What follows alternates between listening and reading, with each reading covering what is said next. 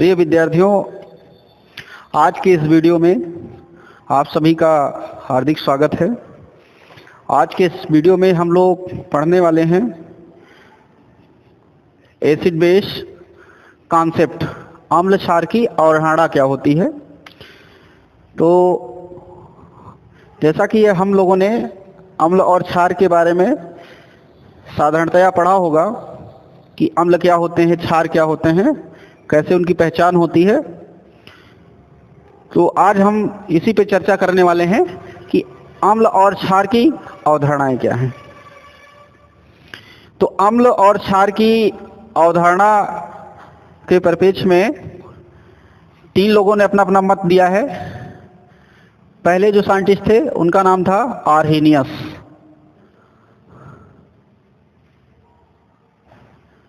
Arrhenius का अम्ल क्षार सिद्धांत, अम्ल क्षार सिद्धांत।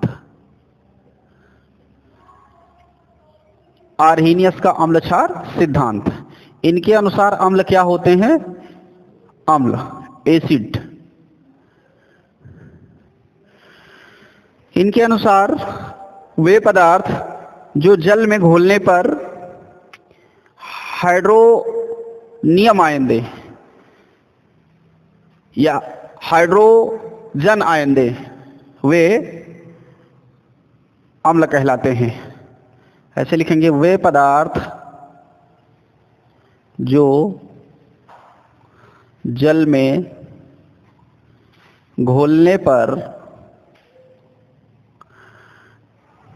H3O+ हाइड्रोनियम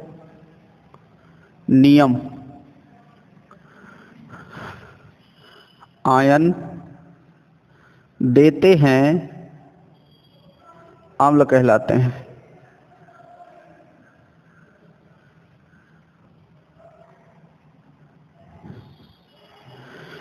अम्ल कहलाते हैं। दूसरा पॉइंट हो गया, अम्ल नीले लिटमस पत्र को, नीले लिटमस पत्र को लाल कर देते हैं, लाल कर देते हैं। और कोई जैसे इंडिकेटर है, फिनाल्फिथिलीन है, अगर अम्ल में मिलाया जाता है, फिनाल्फिथिलीन के साथ रंगहीन रहते हैं, रंगहीन रहते हैं। तो वे पदार्थ जो जल में घोलने पर हाइड्रोनियम आयन दें, अम्ल कहलाते हैं। अम्ल नीले लिटमस पत्र को लाल कर देते हैं। अगर फिनाल्फिथिलीन हमारा सूचक लिया गया है, इंडिकेटर, तो उसके साथ रंगहीन बने रहते हैं, कोई रंग परिवर्तन नहीं करते हैं। और हम जानेंगे कि ट्रिक से इसको कैसे याद रखें। तो एक ट्रिक है अनीला। आ से हो जाता है अम्ल और नी से हो जाता है नीले लिटमस पत्र या पेपर, और ला से हो जाता है को, लाल करते हैं। इसका मतलब ये हो गया, आ से अम्ल नीले लिटमस को लाल करता है। ये ट्रिक है। ये क्या है? एक ट्रिक से याद रख सकते हैं कि आ से अम्ल नीले लिटमस को लाल कर देता है। अनीला, अनीला, आ से अम्ल नीले लिटमस को लाल करता है।